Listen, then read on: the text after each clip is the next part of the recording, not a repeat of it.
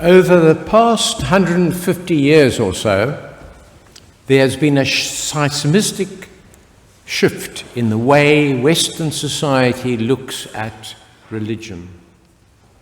Scientific thinking came to the fore, resulting in part of the church retreating into an irrational fundamentalism and another part embracing the scientific method. Both positions mistook biblical truth to be concerned with facts. The inestimable suffering of two great wars questioned the belief in a loving God. Secularism turned religious faith into a private affair. Appalling behavior of church leaders further undermined the church. The consequence was not only that people drifted away from religion and any notion of a central truth,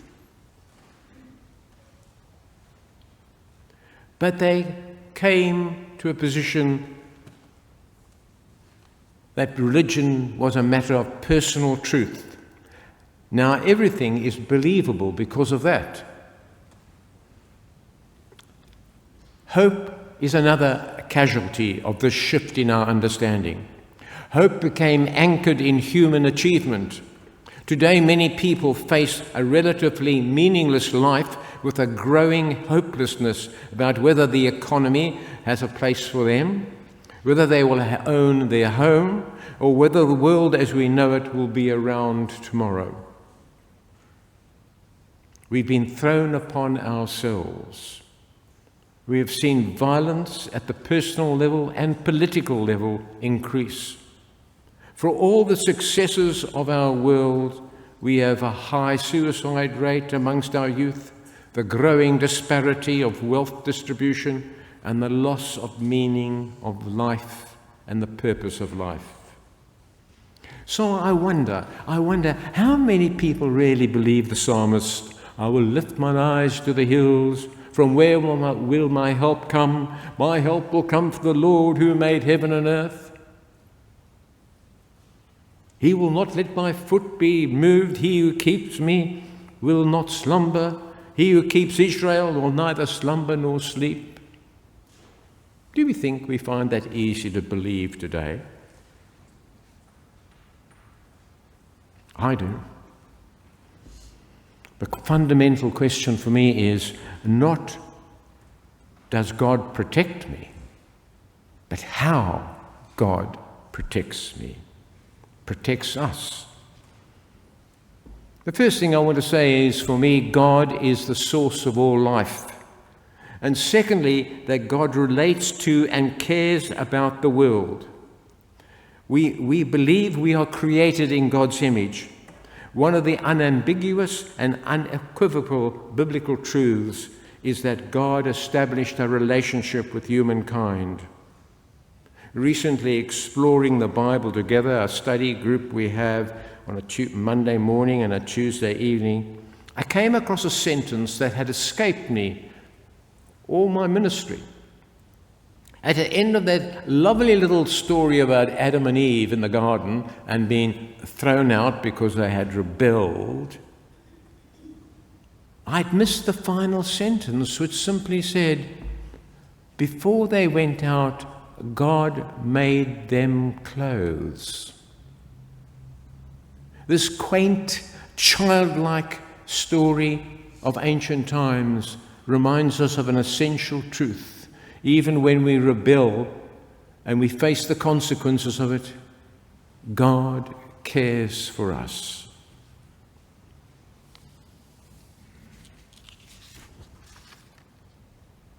God will not depart from us.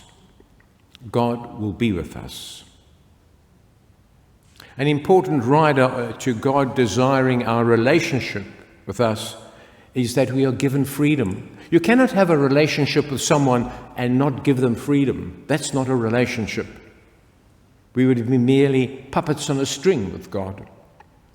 A relationship is only a relationship when there's freedom between the parties. So if we begin there and hear the Psalm 121 again, for many of us, we grew up with it, we loved it, and I hope today some of you may appreciate it afresh for the first time. We will read the psalm and see something in it, I hope. According to biblical scholars, Psalm 121 was written during King Solomon's reign, a time of relative peace and prosperity. It was a pilgrim psalm for people going up to Jerusalem and to the temple, which was in the hills. So I'll look to the hills. From where will my help come? And the psalmist says, not the hills, not the temple, not the kingdom, not the king. My help will come from God, the Creator, the very source of life. Now the psalmist tells me my foot will not be moved, my life will be supported, given stability. What does this mean when history tells us again and again about the instability of life, political systems, climatic conditions, and harvests? I sometimes sit and ponder that we may be at the beginning of a major shift in the way we have restructured life. We might just be at one of those times. For when you look back on history, there have been times like that before. But this psalmist reminds us of the constancy of God. But how does God protect us? Sudden deaths amongst family and friends, pandemics emerge, it seems, from nothing, extreme weather patterns disrupt life, and human foolishness and pride cause meaningless wars. What on earth is God doing, we may ask? So many times as a pastor I've walked with people in their suffering and grief, and it's not uncommon to hear someone say, why did God allow it? Why didn't God stop it? In such moments it's hard to point to people a piece of logic. That God's protection doesn't mean that God intercepts every problem that we face or every crisis, but that God protects us within that situation. If God just took the problem away from us, it means that we would be a puppet on a string. In fact, we'd not be people, and we'd not have a relationship with God at all, or each other. We need to have responsibility and freedom. God's keeping is expressed by the psalm with the image of God shading us. When I read that line, I thought of an umbrella, kind of picture God with a giant umbrella there shading us for the storms of life. And it's not a bad image, actually, if I may say so. You know, we all use umbrellas, and we all know that an umbrella is not weatherproof. I mean, unfortunately, the rain doesn't always come down vertically. The wind will whip our umbrella around a bit. We are subject to some protection, but we're also subject to being exposed. And I think that's how God works with us. God works with us, protecting, and yet there's also some responsibility left for us. What is constant is God's presence with the umbrella, an umbrella of love and companionship. The umbrella of God is love and companionship. So in the very middle of our grief and tragedy is the knowledge we are not alone. The expanse of God's protection is not only eternal watchfulness, but eternal protection, both day and night. The psalmist says we will be given support, and God will always be alert to our needs. God who keeps you will not slumber. He who keeps Israel will neither slumber nor sleep. And we should take Israel there essentially to mean the people of God. So when God says, I will keep you, it does not mean that God will simply do everything for us, but rather enable us. And we should look for God's empowerment, not taking over our lives. God has empowered us to live life to its full. And the tools are there for us. They are faith, they are hope, and they're love. And we all have faith, hope, and love. The key is where we have placed our faith, hope, and love. In what? In whom? We may love the wrong things, we may hope in the wrong things, but we have faith, hope, and love. And when it is placed in the wrong things, our world can crumble. We lose faith in people and things. We lose our hope when we are failed by those who break our trust. And our love is tarnished and contaminated by the experiences. But it's a different matter when we trust in God and understand what that relationship is about. It's about God building us up, building our resilience, making us more able and faithful and loving. Another tool God has given us is thanksgiving. Last Sunday we reflected on its kinship to faith. The successful life is deeply infected by the spirit of thanksgiving. The thanksgiving for life, for the constancy of the sun and moon, for the constancy of others about us, and the constancy of the air we breathe. Thanksgiving will awaken our faith, stimulate our hope, and revive our love. It's a lovely practice that, to develop thanksgiving. I asked the 9 o'clock congregation to talk about when they woke up in the morning, how did they clothe themselves? Now, I was not interested in their nightwear or their wardrobe. How do you clothe yourself? What do you clothe yourself with first thing in the morning? Yourself. You. We were told that I think of the agenda today and all the tasks I have to do and all the worries I have. But what if we woke up in the morning and clothed ourselves with the warm blanket of God's love and faith in us? See, God keeps us. God does not slumber or sleep. God keeps us from anger caused by injustices we face. God keeps us from the despair that demoralizes us.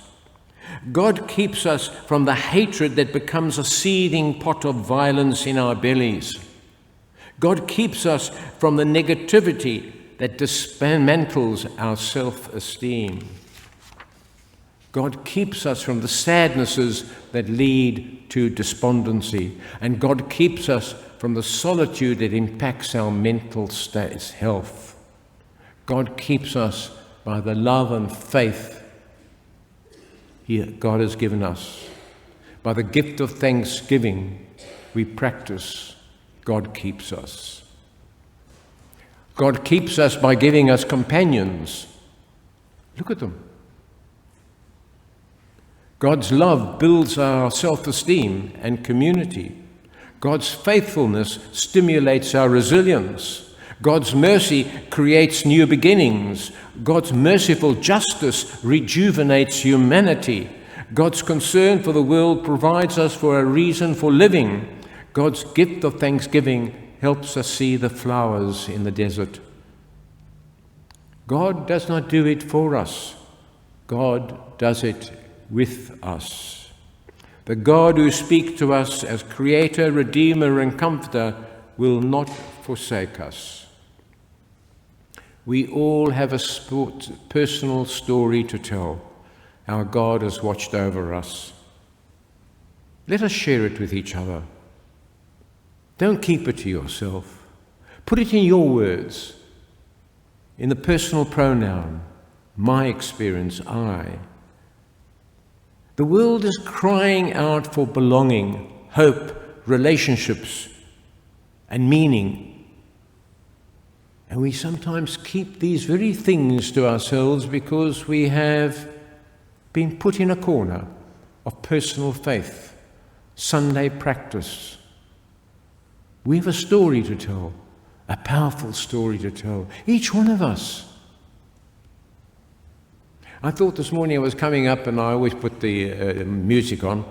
When I'm driving up, I have to drive for about 25 minutes to get here on a Sunday morning. And I was listening to some of my kind of pop music. I'm an old rock and roller. I guess some of you wouldn't even know of Elvis Presley, but anyway. And I was listening to that kind of music, and I was going to switch over anyway, so I switched over to what I usually listen to. And I listened to King's College choir singing. And it was quite strange that the music of the pop stuff was kind of a struggle, a fight. And I changed over to the beautiful voices and the hope-filled words. And it was just a stillness.